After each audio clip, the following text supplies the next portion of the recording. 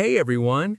In today's quick tutorial, I'll show you step by step how to use your Atome card when purchasing on Shopee. Just follow along. First, open your Atome app.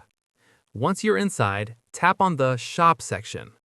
Now, scroll all the way down until you find Shopee, then tap on it.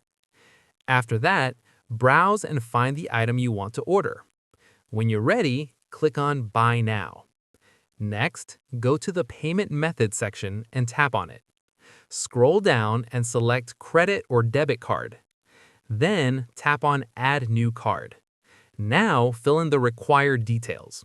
Enter your Atome card number, add the expiration date, and for the name, just put the name on your card. Once everything is filled out correctly, tap Submit. And that's it! You've successfully added your Atome card and can now complete your purchase on Shopee. If this helped you, don't forget to like, subscribe, and see you in the next tutorial.